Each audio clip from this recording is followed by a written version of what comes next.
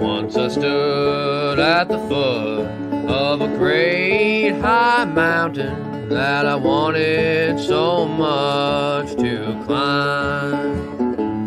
And on top of this mountain was a beautiful fountain, and beside it the tree of life. I fell down on my knees at the foot of this mountain, cried out, Odin, what must I do? I want to climb up and see, want to learn from this tree that grows so clear in my view.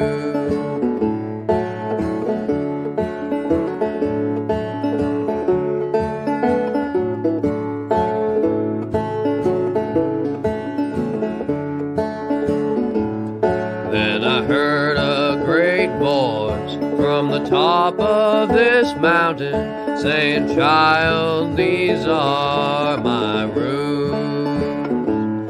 Just start with Fehu and climb on upward between the etheric and rude.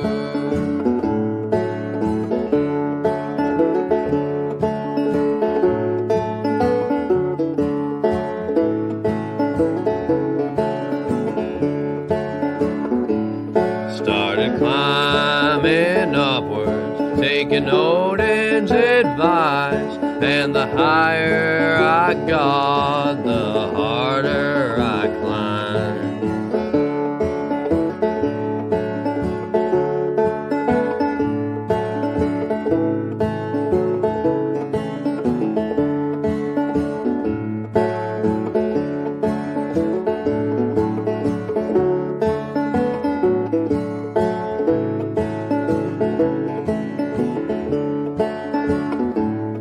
I'm still climbing upwards, and the journey never ends. But through symbiosis, I farm and live free, climbing higher each day by the alchemist way. So friend, if you're willing, climb this mountain with me.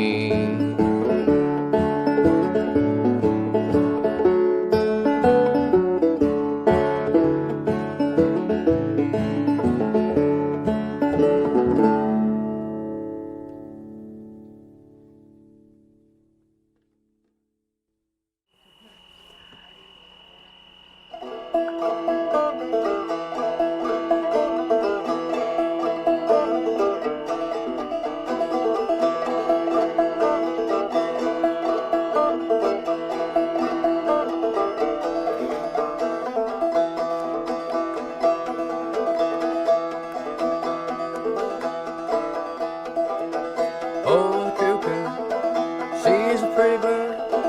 She warbles as she flies. She never hollers cuckoo till the 4th day, July.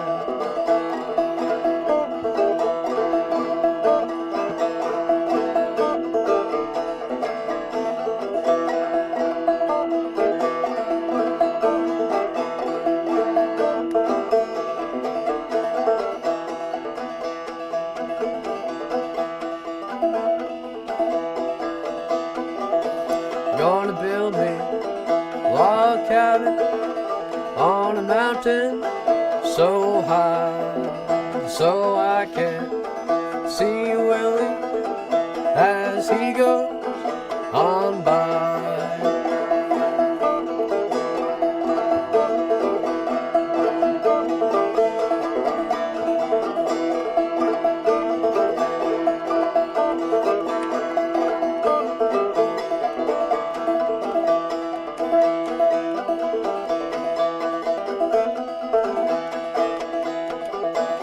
I play cards in England, and I play cards in Spain. I'll bet you $10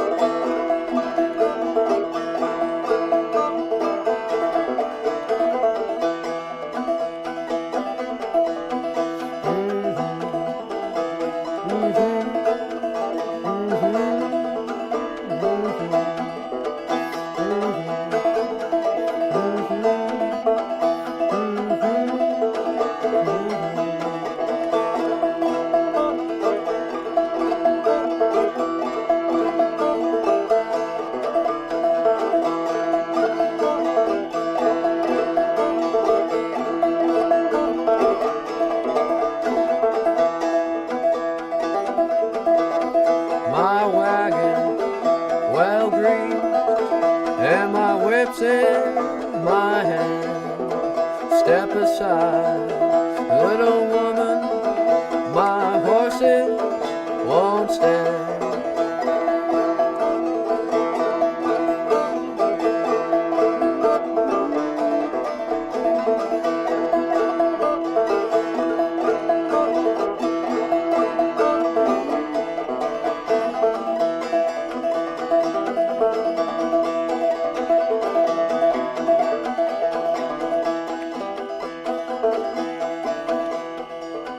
Jack and Jack and I've known you from old. You robbed my poor pockets of my silver and my gold.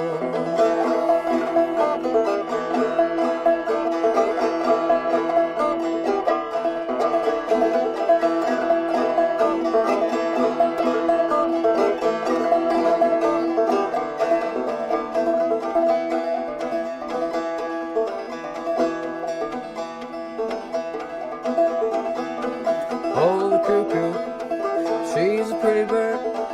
She warbles as she flies.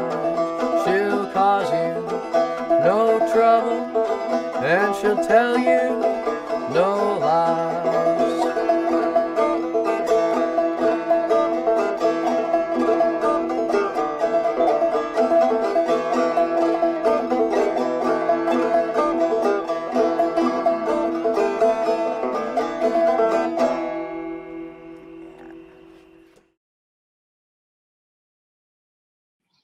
So Christy has been working on making some new formulas for some of the things that she makes. And then just changing a few things around. So we've got her burn banish, and that's been in the 4 ounce. She's also adding 2 ounce into that. And then she made, she's calling this a triple mint tingle, which is her paint eraser cream with some mint put in there, triple mint. Makes your skin kind of tingle. That's nice, and it smells very nice. And then her normal paint eraser, we got stocked up on that. And she made a vapor soothe. So we all know, have an idea what that's got going on. And then I got a bunch of jewelry we've been working on, working with Wired by the Sun, and the typical crystals that I have that I don't know if a lot of people know that we do these kind of things. But we do PayPal and Cash App, and then we have heathenwizards.com, the website. I'm not great about keeping that updated, so a lot of times the jewelry falls out of which jewelry it is. But any of those places that you can order, like I said, just directly email me at odinsalchemy@gmail.com, and we can just do it over PayPal or Cash App. And I'm working on getting a batch of gut bomb put together.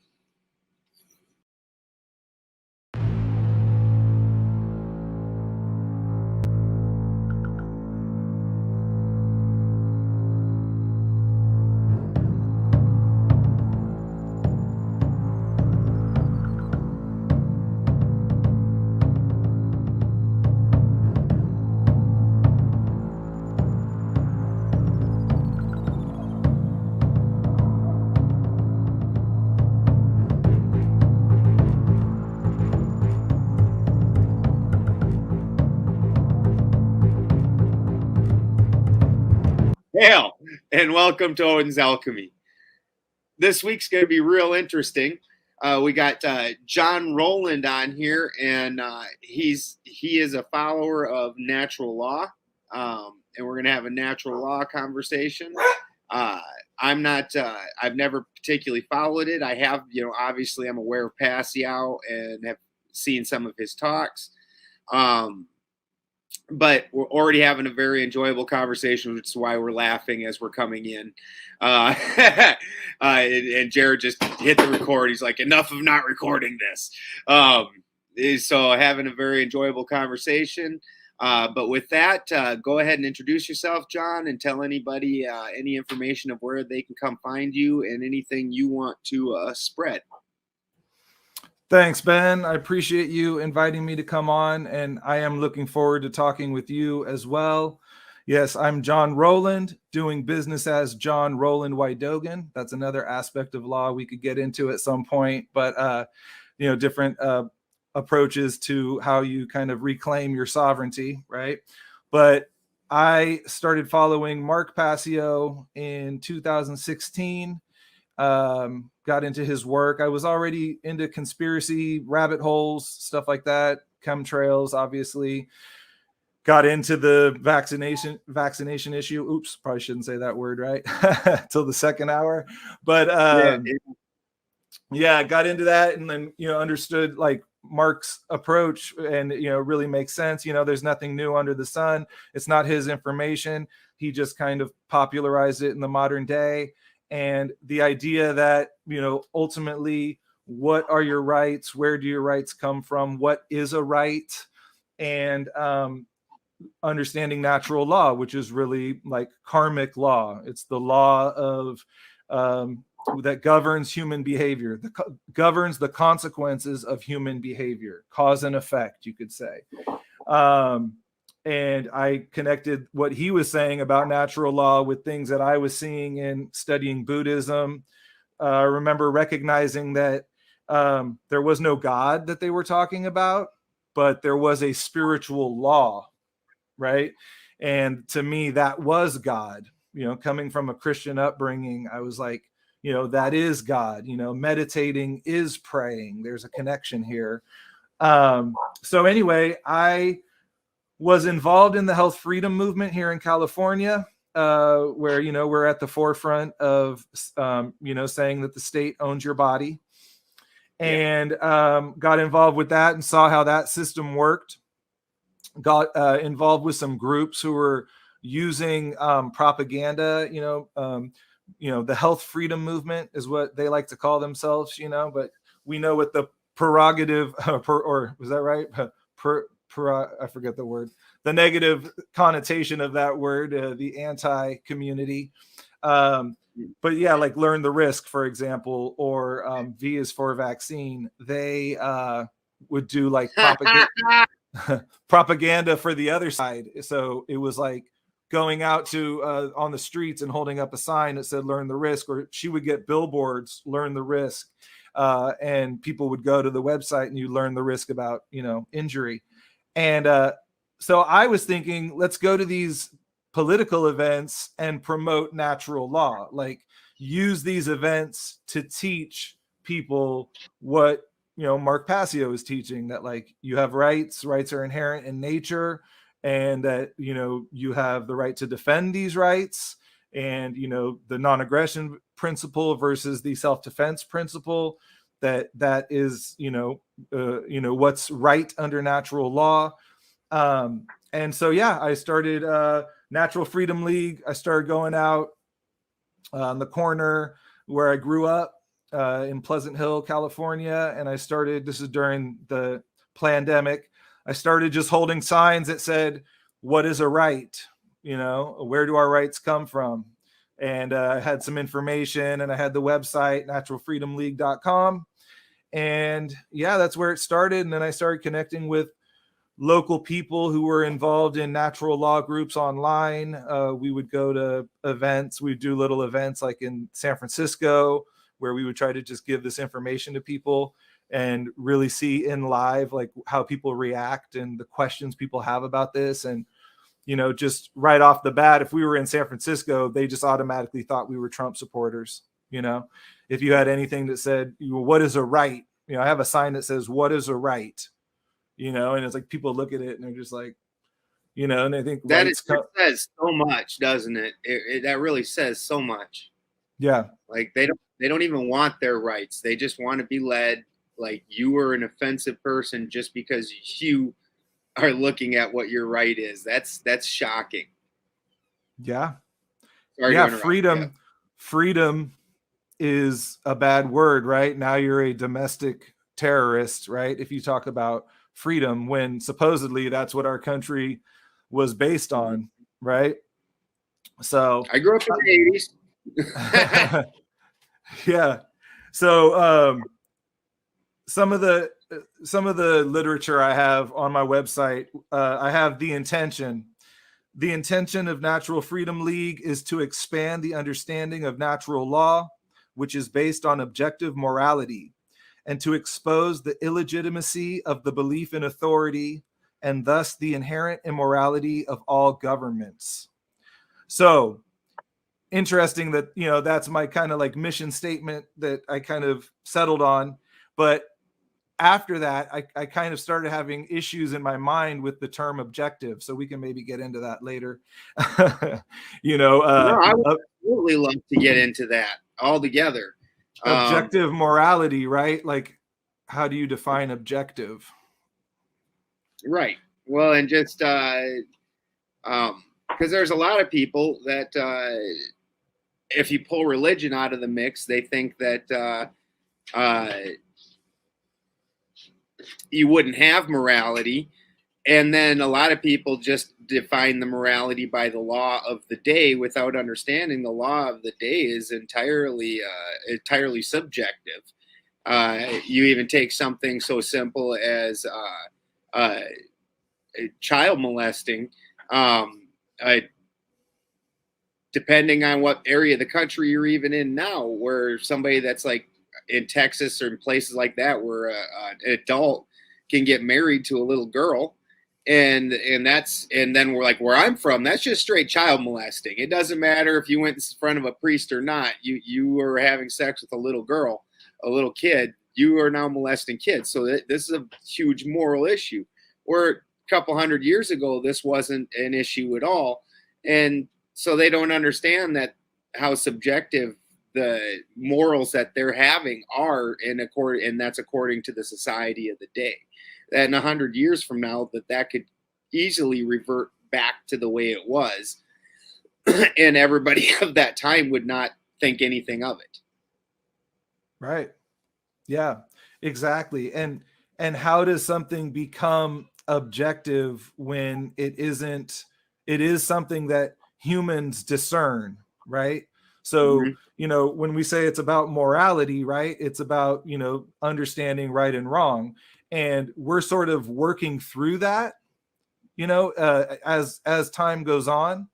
For example, one thing that Mark teaches about, you know, it being objective is that, you know, it's a science that you can observe, right? So he's saying that you can observe it by observing societies, right? And I was like saying, well, then that would say that there was never a moral society, right? Like you would have to be able to show me a society that was living, because there's a concept, the law of freedom. The more moral a society is, the more freedom it will have, right? The less moral, the more enslavement it'll have. So you can see how moral or immoral your community or your society is as a whole. You can see that by the outcome of what you're living in. So we can say that our society is immoral based on the fact that horribly immoral, and we are. Yeah, exactly. Horribly immoral. No, exactly. You can see the wisdom in that particular sentence. I don't know where in nature you would ever observe actual morals, and that's always been my issue with the term natural law, period. Because I'm not sure where in nature, and I spend a lot of time literally in nature observing it, and nature's pretty rough. Like, one of my first comments on that always is nature's very rapey, for starts. Very rapey. Like, and this isn't something that is acceptable, but on the farmyard constantly, I'm breaking that up all day, especially when a bobcat got my ducks. But the ducks are real bad about it. They're trying to rape everything, and so are the goats. Oh, I got a BB gun that's a soft BB gun specifically for shooting goats in the rear because they're so rapey. And the bobcat's killing my ducks. That's completely natural for the bobcat, you know. In nature, it's the weak get picked on, get killed. There's a lot of things where human intervention and a higher mind says that that's not right and that we should not live in accordance to that. But nobody really, but where does that rule come from? You know, that's.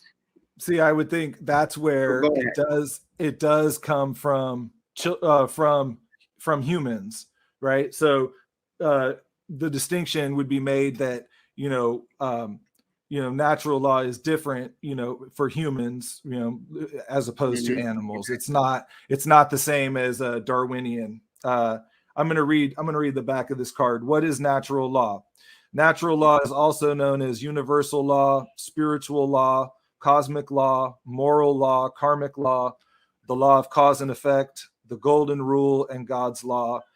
Natural law has nothing to do with Darwinism, survival of the fittest, the law of the jungle, or the so-called natural order. So again, like that, that distinction there. So then you say, okay, it is something distinct to humans, right? Mm-hmm. It's conscience, right? You could say animals don't necessarily have as developed of a conscience as what humans have. So, Absolutely. So I would say that in terms of saying it's observable in society, then that's hard to see because you would think that the evil people would be suffering, but it doesn't appear to be that way, right? So, and then you would have to say, so were the Native Americans immoral because their community wasn't able to, stop the destruction that happened to it, but anyway, it gets into, for me, it gets into a nuanced discussion, where I think that cosmic judgment that happens isn't necessarily going to happen on Earth. Mm-hmm. That it's more of a spiritual consequence, and that it's just, I don't see the observable effect of it on Earth. I mean, it's common sense, right? If people were more moral, it would be a better world. I mean, that's ultimately like, it is very commonsensical, and it does. I do agree with that, but again, you still don't see the people that appear to be, doing wrong. You don't always see them suffering as you would think you would if there was this, natural law that was taking care of everything on Earth, So I think I've come up with that it's more of a process, that natural law is nature's handbook for the correct conduct to live by, right? It's our exploration of morality. So we're on that path still, right? Like we are developing, like now we're talking about the trivium again with each other, right? We're talking about how to think, right? Like, so now we're considering it more consciously than we were in the past. So I see that's like the power of natural law is it is kind of it's how we create the world together, right? It's understanding right and wrong based on all of our experiences and then sharing that and then evolving from that. So that's sort of my take on it, where I'm at right now. We have a podcast, that we do once a week. In terms of what Natural Freedom League is doing, I mean, we're trying to give out this information to people, hand out this info. We have a card on the trivium. We have a card on, the principles of natural law, basically the 7 hermetic principles, mentalism, correspondence, vibration, polarity, rhythm, cause and effect, gender, care. That's the laws. It's just it's 7 hermetic laws. I mean, yeah, Mark gets into the, the fact that like, this is how, once you have the foundation of natural law that, kind of right and wrong, then it gets into the exploration of these other natural laws, which is the universe, right? The universe is Mhm. mental. I know you know this. I've seen you do podcasts on this topic. You know, You bet. the universe is mental. All is mind. As above, so below. That's correspondence. Vibration. Everything vibrates. Nothing rests. Polarity. Everything has its pair of opposites. Rhythm. All things rise and fall. Cause and effect. Every cause has its effect. And gender, everything has its masculine and feminine principles. And then Mark takes it and ties it all together with an eighth principle, which he says is the principle of care. It's what you care about, to then apply this knowledge of natural law and to create a better world.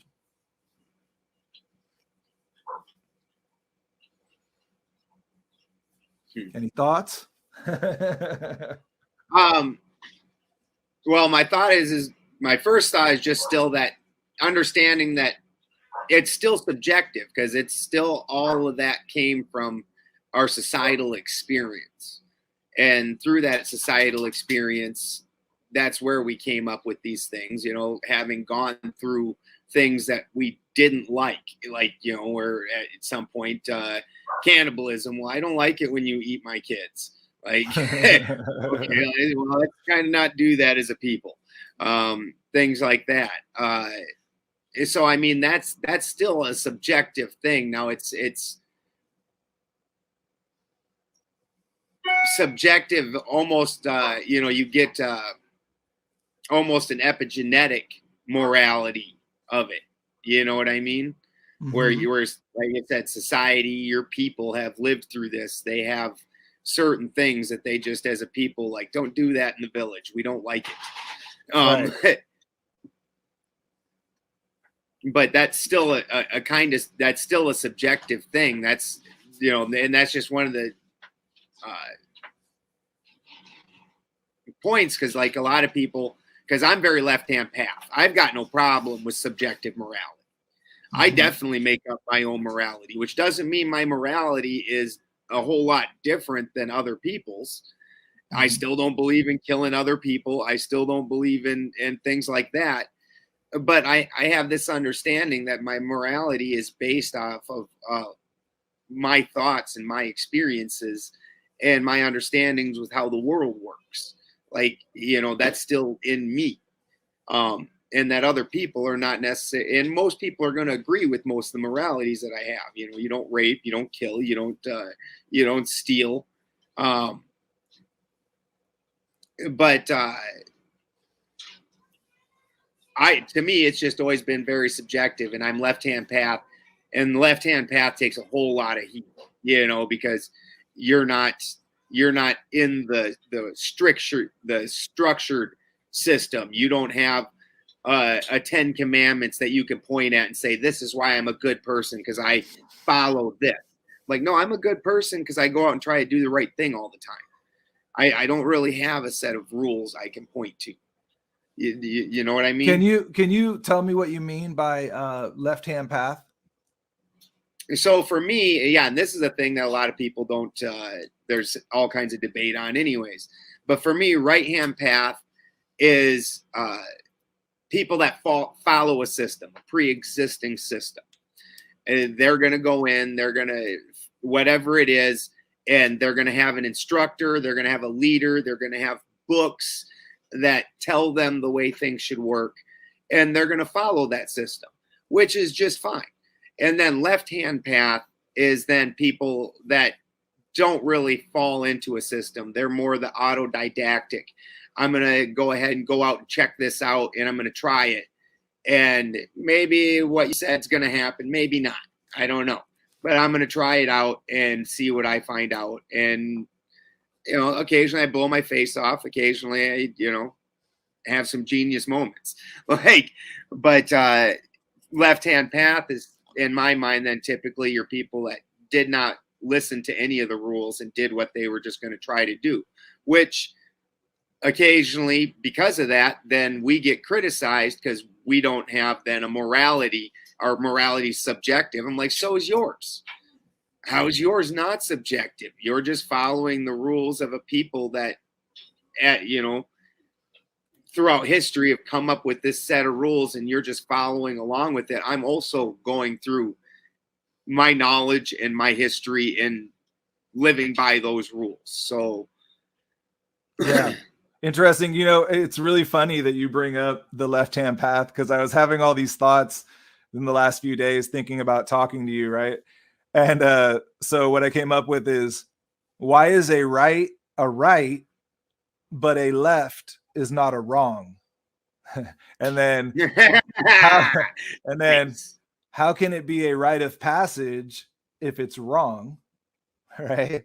And then the other thing was, the left-hand path has its, so okay, I was thinking about like what it meant in terms of the left-hand path versus the right-hand path, right? Because in the world, it's kind of all the world is, I mean, at least in America, it's made for right-handed people, correct? Mm-hmm. Right. Absolutely. It's basically left-handed people are like Absolutely. kind of outcast, like things aren't set up for them, you know, it's harder to drive, it's harder to, you know, whatever. And so yeah, interesting that, you know, the right-hand path calls it its rights. Right. Yep. This is the right, this is the right way. Right. That's interesting, right? Exactly. And that's all set up in a preordained system, which again, for me, left-hand path, it's when you look throughout his history, then everybody automatically thinks Aleister Crowley. But like even religiously, Jesus Christ would have been left-hand path, because he came in and made new rules that nobody else before that had and said, these are now the way I'm going to live. This is the way it should be done. So he's left-hand path. He's saying, this is how it needs to be done. Now, yeah, he said they were given to him by God or whatever, but so do a lot of people. You know, the fellow who started the Mormons would have been left-hand path. The fellow who started any new religion would have been left-hand path, because he's making up the rules. Now, Crowley did also. He made up his own pantheon of beings and said, these are gods now. And now these entire set of beings are entered into the world mind that he created. So he wasn't following any particular rules that were set before. He was writing them himself. So that all those, and a lot of people, again, don't want to think that left hand, even Jesus Christ himself would have been left-hand path, because he came in and said, new rules. We're doing it this way. This now means this. And they don't want to think about it that way. Now, every single person, and I used to have a real disdain with right-hand path people, and had to get over it, because the first person that listens to you and actually thinks what you said is smart and says, I'm going to implement that in my life, they're right-hand path. So now you're automatically just hating anybody that thinks that anything you think is smart by doing so. And I had to come to terms with that. But you know, this is that fight that you get between right. All the rights think that they are right. It's all a very big association. And then the left is obviously wrong, but it's because you're autodidactic. Even if you even look in the science community, if you aren't going with the science that they say is right, you're outcast. But it's the brilliant breakthroughs in history have only ever come from the outcasts, because they're the ones that are like, yeah, but I think I can try this. And that's where all the brilliance has ever come out of. And then everybody that then follows that brilliance is now right-hand path. Yeah, that's interesting. I think that natural law would be probably found in any of those philosophies, though, right? I mean, in terms of the answer is in nature, right? The answer is, you know, connecting with nature and, yeah, you know, I mean, and ultimately, you know, it's do no harm, right? It's as long as we had an episode we did where we kind of got into this topic a little bit, but we called it objective reality. Exactly what your podcast is. Please state your podcast and where everybody can go see it. Yeah, it's all Natural Freedom League. You guys can find it at YouTube, but actually better to watch it on Odyssey at this point, because yeah, we got a lot of censorship on YouTube. You know, you can't talk about health topics. We probably had like really bad titles, like two like obvious titles, and then I think that ruined our algorithm. Right. You know, you got to be careful with those titles. You know, you probably why Mark is smart. He just does episode 56, and then the title's just on the title card. You know, you don't type it into YouTube. Yeah. Key off to YouTube that, like, yeah, we're about to do something naughty. Yeah. According to you. Yeah.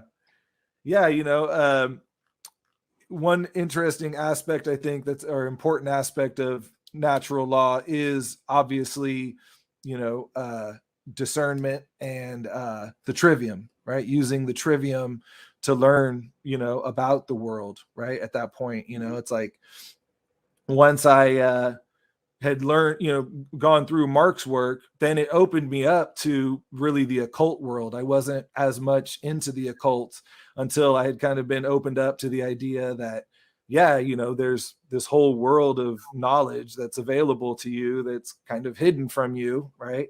The word occult just means hidden, right? Yep.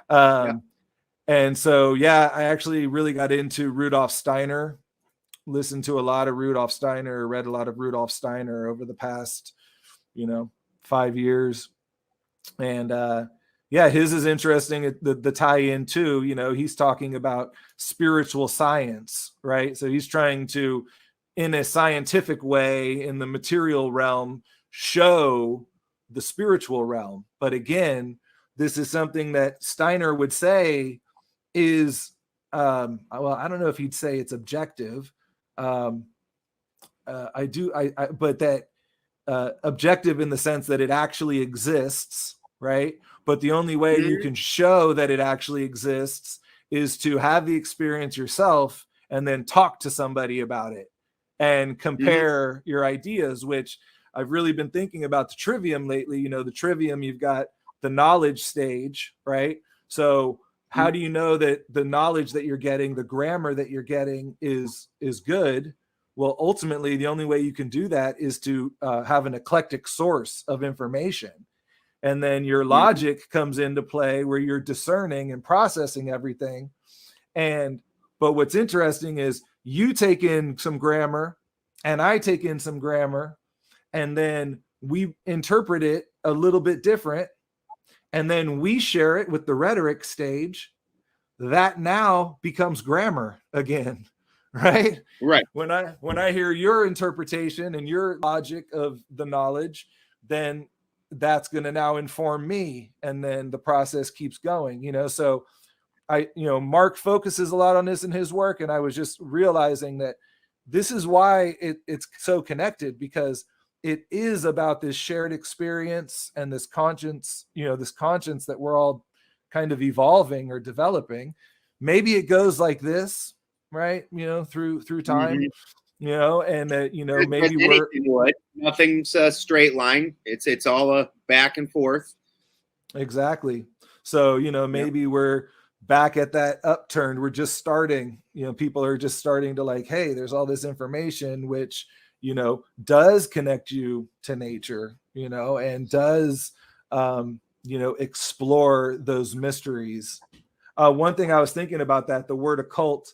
So occult means hidden, right? But it means hidden from, so like I hide something from you, right? But it's also hidden in that a lot of it is invisible, right? It's spiritual, it's spiritual knowledge. So you can't actually see it. It's actually occulted by nature, right? It's only it's only discoverable through our shared experience of it, which I would say is subjective, right?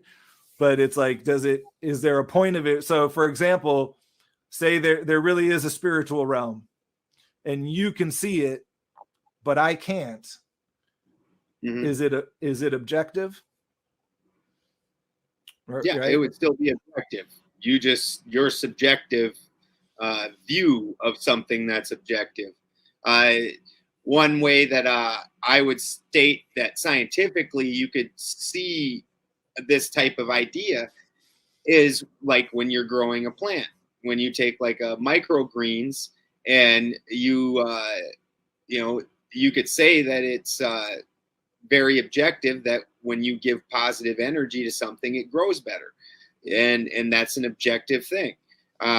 Your experience of that could be very subjective, but if you go over to this plant and you yell at it that you hate it every day, and then go over to the exact same seeds that were popped at the same time and show them positive energy, they will grow much better. And anybody can do that on their counter. Now there's nothing,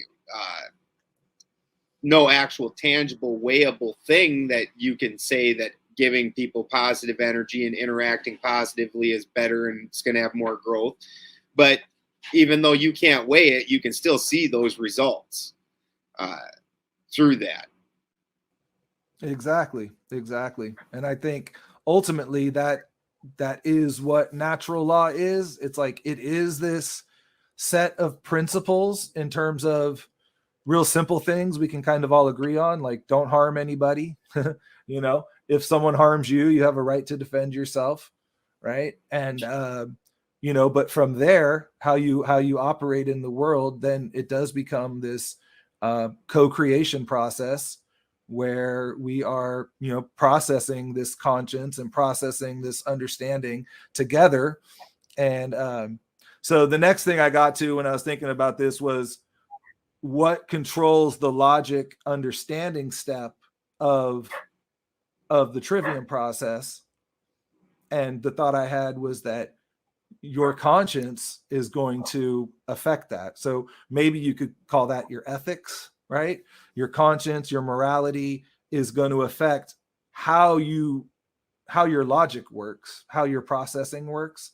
And obviously we all work different. There's nothing wrong with all, working different, but that will be affected by your level of conscience, and how much you consider, what's right, what's wrong, what's harmful, really, what's harming people as opposed to helping people. So yeah, just getting into that, that state of the level of cause, and understanding that that's the root of the problem, and so it's then in that present moment is when the change happens, right? So in each interaction, it's always there. So then what do you think about, I'm sure there's some kind of a specific term for it, but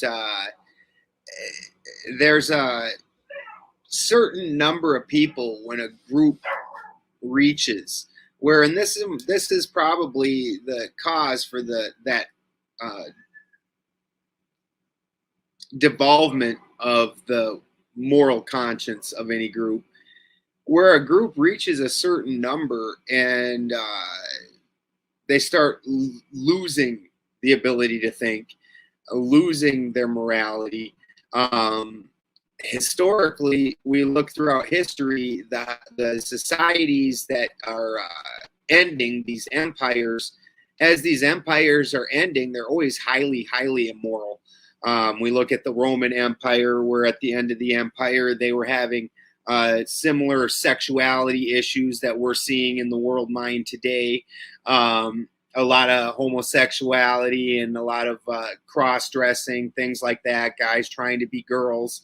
The just low morals, where then they were then conquered by the Huns, who still had marriage rights, still had very highly moralistic society, and much simpler. But so you always end up seeing these larger empirical societies fall, but right before their fall, they always have horrible morals, and at some point in time there's a tipping point where a village of people can be very fairly intelligent and have common sense as a whole, which is part of why it's common. But you can't, there's no such thing as an LA sized group of people where the majority of them are just complete idiots.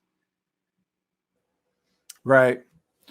Yeah, I think that, really my perspective would be that those people are, the state has ultimately taken those people away from natural law, right? They've disconnected them from natural law. That's how they replace natural law in order to take that place. And then that, again, like that corruption is caused by then people turning to the state and Right. losing their connection to natural law, right? So it's the bread and circuses, right? And that's why the word government means mind control, right? It's like, they are basically just keeping you distracted the whole time, and keeping you immoral. Who is that Russian? I'm sure you've seen the video, that Russian guy who worked for the KGB and he came to America and he did this talk about how they demoralized the public, Yeah. And once the public was demoralized, I mean, look at that word, is demoral. It's like telling you, it's actually like, you don't want people thinking with conscience. You don't want people thinking of the consequences of their actions, right? I mean, you look at a lot of these, people, like when they had that Tim Pool, I don't know if you saw that Tim Pool, he has Luke Rakowski on there. He had Alex Jones, he had Joe Rogan, and they were talking about that other guy who's like an anarchist, Michael Malice, I think. Oh, Malice, yeah, I did see that, yeah. And they didn't ever talk about morality, right? They didn't ever talk about, that we're all violating natural law here, right? They're just talking about the effects. They're all in the effects realm and talking about what's going on, instead of being focused in that, that present, centered. I mean, that's why really what I found with like trying to teach people about natural law, it's really ultimately trying to get people to go within and do that shadow work themselves, right? It's like, so like we can try to influence people as much as we can to go that way. And I think that's important because you want, like you said, there's that tipping point, right? It's like you want more people to be thinking about, hey, like you don't have the right to violate me, even if you get together with 10 of your friends and decide that you're going to make a law and and then I have to follow it, right? It's like but then that's really difficult because try to get people to think that they don't need government, right? Like it's almost, well, it's not impossible, but yeah, I mean, it's for the mainstream mind, they can't grasp you have to have government, right? I think the best indicator of that is the saying, there's only two things that are certain in life: death and taxes, right? It's like death, this thing that like actually happens. It's like the pinnacle of like what we all came here to do, versus taxes, right? I mean, if that's not, which are primarily illegal even in their own system. Most of the taxes people pay are illegal. Right. Yeah, exactly. And that, but then I mean, they are totally tying in like this supernatural like experience of dying, right? It's not supernatural, it's natural, but this like, spiritual experience of dying, like that whole, even thinking about death is this massive thing that we should all be focused on and thinking about. And no, it's equal to taxes. Yeah, it's exactly. Like, it just shows you that really is the battle that we're in, is, the state is trying to keep us from understanding natural law, right? I mean, you could call that God, right? I mean, it does point to a creator, right? And it, so yeah, I mean, it's just interesting. One of the things that's the most apparent at this point is that at some point when you make that break, the end result is what the breakup of what we would classically call the nuclear family. And once that's broken up and that system's broken up, they literally can do anything. Because before that, and this is one of the, we're seeing the pushback in some of these schools, and that's coming from usually the mama bears. And when you break up the nuclear family and you end up with so many moms, like in the last 20 years, you see just as many moms abandoning their kids and being deadbeat moms as you do deadbeat dads. And then some of these situations, neither of the parents should have the kid. And it's only through, the relatives are raising the kids, and these people are just sucking off the system. In the name of these kids, it's absolutely amazing. But through that, now because of it, they can enforce and put in their own system, because you don't have a family that is going to not only protect you, but keep you in line. Because like when I was a kid, half of what kept you from doing stupid things was the understanding that I was going to get 12 spankings and chewed out 12 times on the way home before my parents ever got to me. Like everybody in the freaking town heard about what you did before, like as you're walking home, and every relative is coming out to let you know exactly how bad that was. And when we broke that system apart and turned it into just them and made them into everything, well, then they do get to make the rules. And as you said, then when you put it then to a democracy, it's now just the group think, the mob rules, and who cares what the mob thinks? They're idiots. They can be swayed through TV at any given time to think anything. Right. Yeah, when I went to college up in Humboldt, actually, I went to Humboldt State for 2 years. Nice. I took sociology, and in my my final paper, I did studied this guy named Alexis de Tocqueville. He was a French sociologist who came to America and was observing America, I believe, in the 1800s at some point, and he was predicting that the individualism of American society would develop into tyranny, because of people's individualism and the focus on the self, they would slowly, they would they had the nuclear family. They would slowly break apart like all social groups, right? All social connections, and then eventually familial connections, to where you would just be living in a small family unit, afraid of all your neighbors. So you would turn to the government for protection from your neighbors. And this guy predicted this like over 100 years ago. He's talking about this. It was amazing. And what he said was the difference between individuality and individualism. Individuality implies a group, right? So it is something to be valued. You are an individual within a community. You can't separate the two, where individualism is sort of this obsessive, unbalanced focus on yourself, and you are obviously, they use fear in that. Everyone was, he could see that they would use fear to make everyone fearful of each other. But over time, since I graduated from college, I've seen that happen in my own family, where my grandmother was kind of the matriarch of the family, and everyone kind of revolved around her. And once she passed, I saw a lot of family just like splinter apart, and we're not as connected to our extended family anymore. So just interesting. All right, you and I are about the same, are fairly close in age.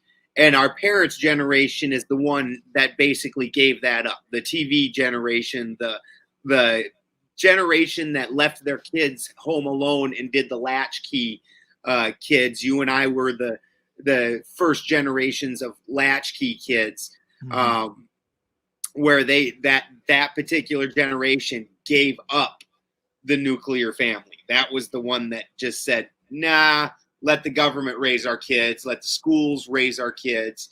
Let the old folks home take care of our parents. Yep. Yeah. Yeah.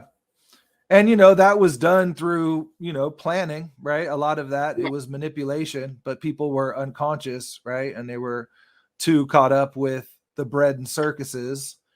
And yeah, ultimately too tied up in the belief in, man's authority, right? Another thing, we do get into, we true anarchy means no rulers, not no rules, right? Like there are rules in nature, right? The laws are inherent in nature. What was interesting, I was listening to Marty Leeds the other day, and he was saying how, like, well, the perspective that there is a ruler, though there's God, right? Like you're saying there's no rulers, but there is a ruler.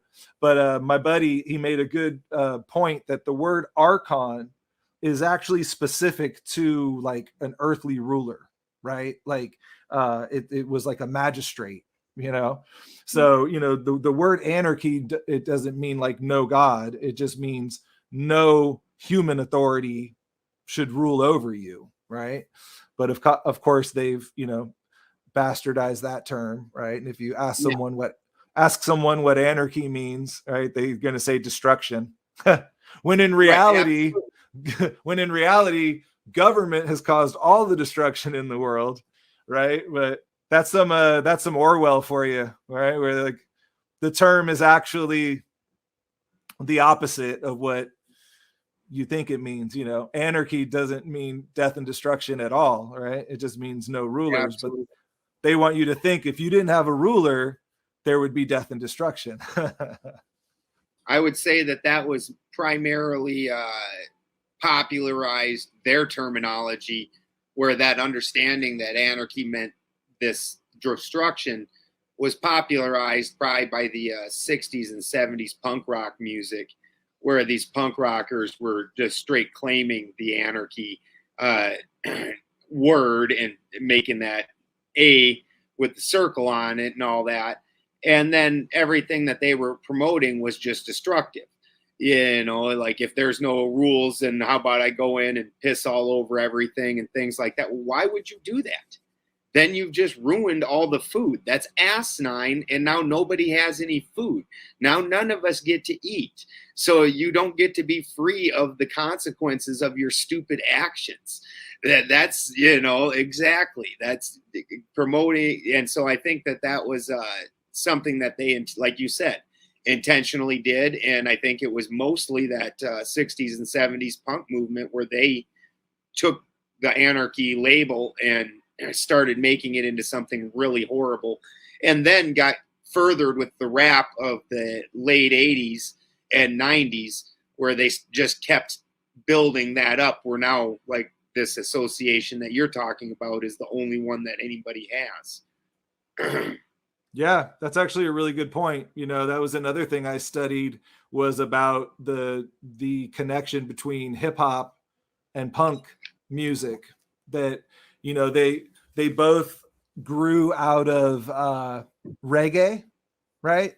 Like punk chords are like reggae chords, and then hip hop kind of came from the DJ culture of reggae in Jamaica and stuff, and then they were both counterculture, and then but yeah, it's there's definitely a connection there. And yeah, they the one thing we learned in sociology was that you had society that you're born into, and then you act as an individual on that society. You create something, and it may be counterculture, right?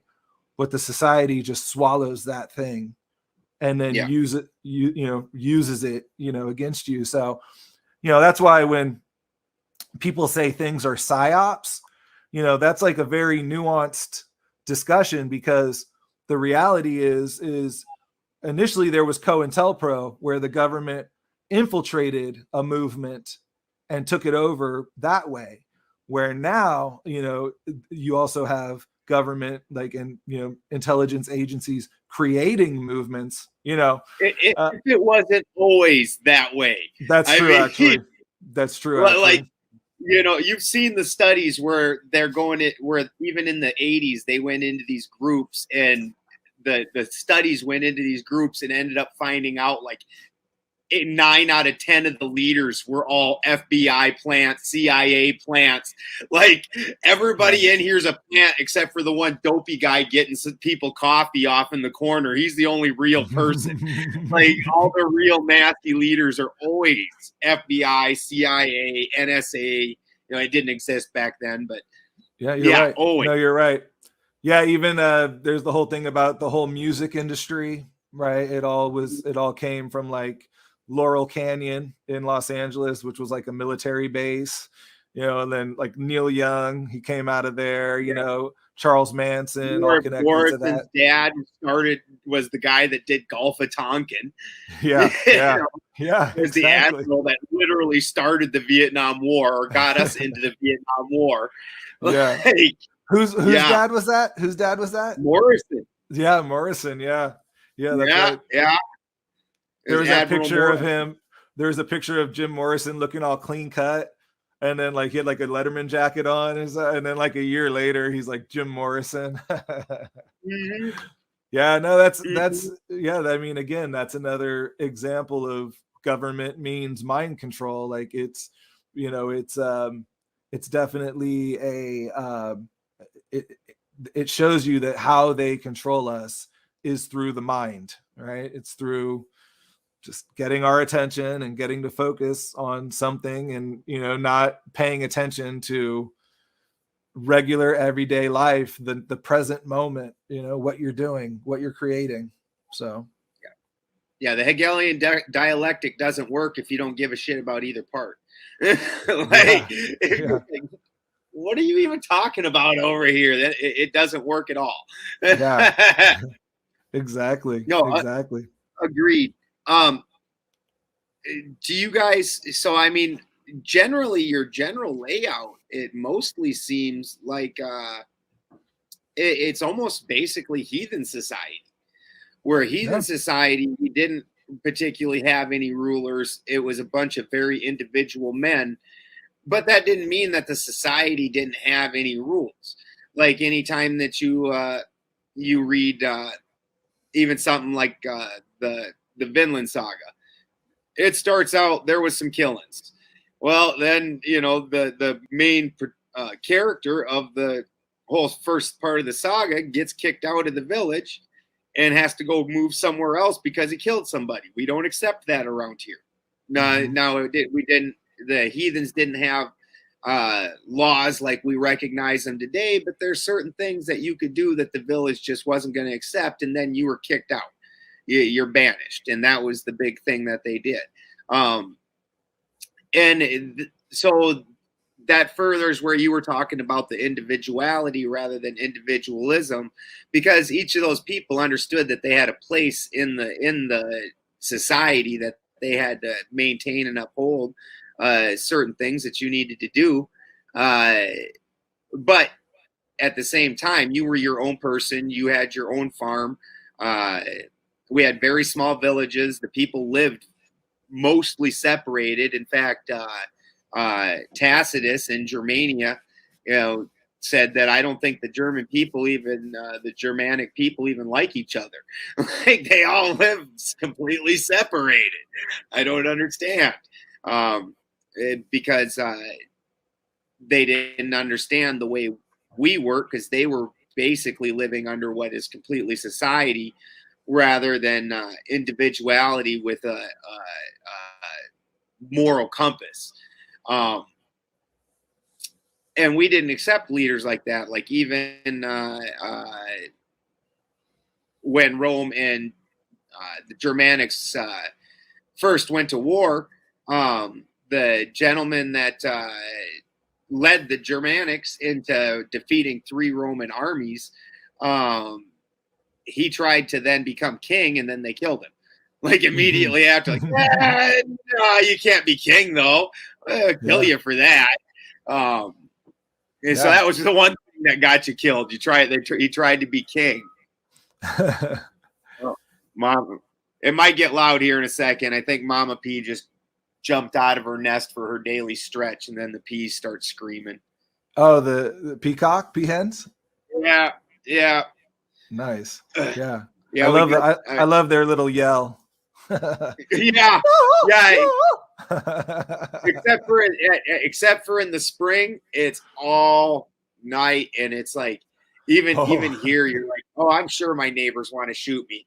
I mean, there's nobody right around my house because basically they've driven out all the growers, and everybody around me was growers. So, like, since I bought this property, it's been heavenly.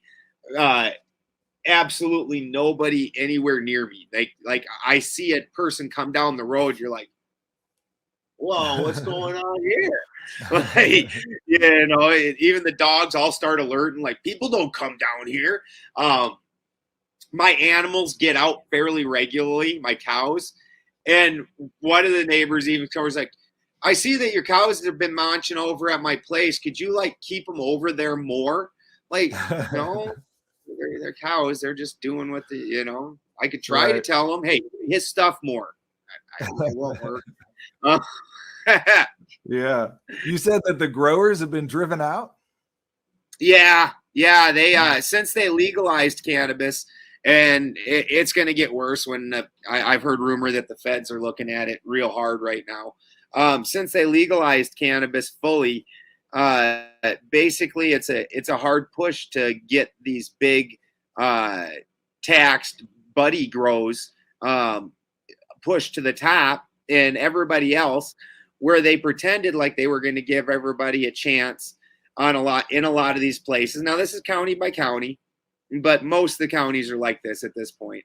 And they're giving out licenses. Well, then as soon as they change the law, you got to go repay the $5,000 or $10,000 or whatever to apply for the new license. And then they change it again in a month.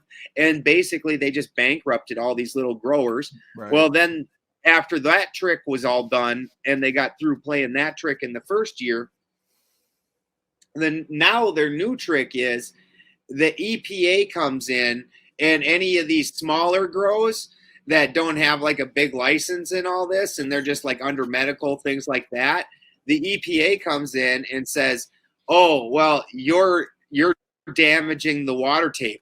Never mind, old boy up here is doing 10 times what anybody else put together is doing. You're the damaging the water table. And then they come in and cops come in, tear through your stuff. You're in California, so you've seen all the news where the Mendocino police were just under fire because they basically go in and just trash everybody's stuff and steal whatever they want. They're just pirates, and then roll out, and you're a grower, so oh well. And I'm not even a grower, and they came in and took a battering ram to my building, and when I caught them doing it and yelled at them, they stopped, but they still threatened to arrest me, like they're in the right. And I'm like, and he's like, do you need arrested? I was like, for telling you you're doing something illegal? He's like, we're doing something illegal? Like, yeah, motherfucker, I don't give a shit what your kind of badge you got on. You're doing something illegal. So you're right. Between all that, they've wiped out the small growers. It's literally like a ghost town down my entire road. There is not a single person living on it. There was a couple people came out and tried to go grow this year, and they came in, like I've been talking about in the last couple weeks. They came in, gave everybody their notices, said we're going to raid everybody's properties. They just cut their stuff up and left, because last year when they did it, they sent in, I video recorded it. It was close to 30 vehicles full of cops, all wearing body armor. Not all of them were cops. About 2/3 were cops. The other third were EPA, whatever people. And all wearing body armor, all with automatic weapons. My grandsons are out playing in the backyard. My dogs are running around. We know how cops are about that kind of crap. They're trigger happy as hell, especially when they're all charging in with their full gear on, just waiting. Everybody holding a gun wants to shoot a gun. That's just how it works. Yeah. I mean, that's the problem with order followers, and that's the problem with, taking on a task like what I'm trying to do in terms of getting this information out. Is those are people who need to be reached more than anybody, right? Like all of these people who are signing up to be an order follower, in any function, any type of job, that you have to basically give up your conscience in order to participate in, is immoral, right? And so, I mean, that's one thing. I mean, it's not a huge thing, but I have a goal of doing a letter writing campaign where I just basically kind of give this information to, police officers, hospital workers, just sending out almost like a promo package type thing, like a letter, like just with some of our information on it and our website, and just trying to get people to think, about, the actions that they're taking, and, who they're working for ultimately, and what they're contributing to. Because again, I mean, if you ever, I guess what's the solution? There's either going to be two societies where, we can live outside of, these smart cities and have some semblance of freedom, is there ever going to be a world where, we can eliminate that slavery completely, that system of slavery? It's kind of interesting. I mean, it definitely seems like, at least through the pandemic, it kind of seemed like there was a definite split happening in terms of people who are wanting to opt out of the system, and then people that are going to just keep going along with the system. And, how do those two worlds collide? And, like you're trying to live off grid, but you still got these people coming and violating you. Mm-hmm. Even though I'm following the rule, that's the fucked up part. I'm not even growing. So when I called them this year, I'm like, what do I have to do besides not grow cannabis to get you guys to quit harassing me about growing cannabis? I'm not sure what other qualifiers I need to meet besides not growing cannabis. Exactly. It's so crazy, man. But yeah, I mean, that's the battle we're up against, and it's, it's definitely a struggle to, I'm living in the suburbs and trying to survive out here, and obviously being fully enmeshed in the system to some extent. Suburbs is the worst too. Worst. Yeah, right. At least you get into the inner city, these people are disgruntled. Yeah. In the suburbs, where the people are living good, fairly decent comparative to the rest of the world, and they're not ready to kick the system. They're like, nah, I'm enjoying this. Well, where I'm at in Contra Costa County, it's been one of the worst in terms of people complying, with government. I mean, I'm literally the crazy dude out on the corner, Yeah. And I've lost a lot of friends, and I've been surprised actually by our generation. I expected more of people our age. Generation X. Generation X. Yeah. Yeah. It's like the rebel generation. Yeah. Independent, and no one trusted government. So right? Flipping people off and doing the, and we're the ones who didn't follow rules, the rage against the machine, you bet. Now Rage Against the Machine is pushing the pharmaceutical product, dude. It's like, what? Absolutely. It's so crazy. But and not letting people into their concerts if they aren't vaccinated. Like, oh, fuck you. Do what I told you. That's what's the new song. Right. But it does seem to be our generation that is waking up and speaking out in some form, to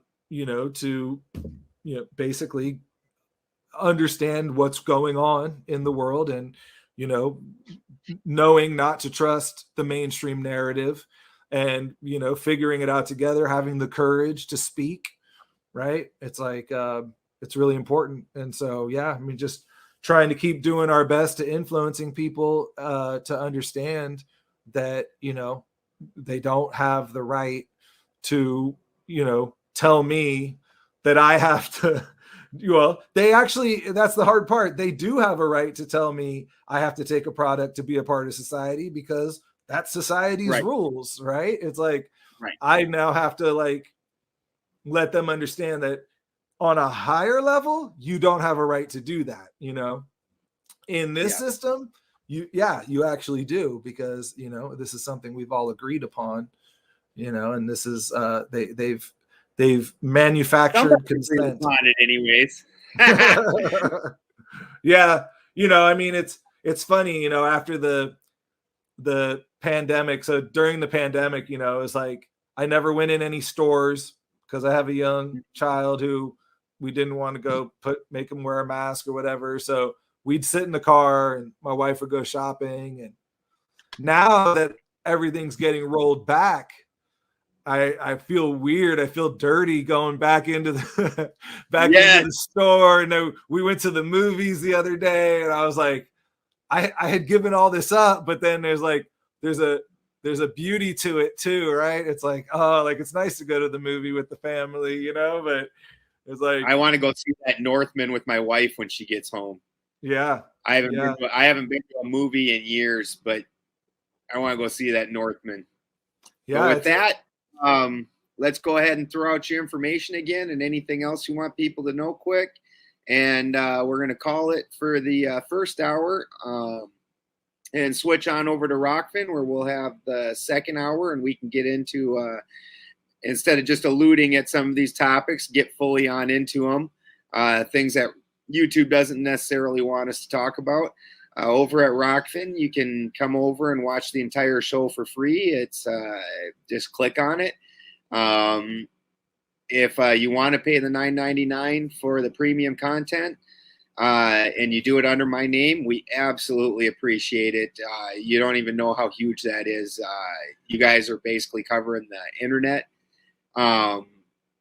And I'm going to figure out how to pull your names out of that system and give a personal thank you on an upcoming show here for everybody. But greatly appreciated. And if you get that premium, you get everybody's premium content. So you can watch any show, whether it's Whitney Webb or Jimmy Dore, or one of my favorite shows is Conspiracy Social Club. Cracks me up. And if you want to leave a comment, you just need to sign up. That doesn't cost anything. You can come in, leave comments, tell John he's brilliant, involve yourself in the conversation. I'm usually there to also be involved in the conversation. John's obviously also welcome to come. Jared's usually there. So everybody can feel free to come on in and enjoy the conversation. Go ahead, John. Throw out anything else that you want thrown out there, brother. Yeah, just check us out, naturalfreedomleague.com, naturalfreedomleague.com. Everything's there. You can find the podcast and all the other stuff that we're doing. So thanks, Ben. Fantastic. It's been a blast, and I really look forward to the second hour where we can really get into some of these things here. But with that, cut out of YouTube. Love you guys. Later.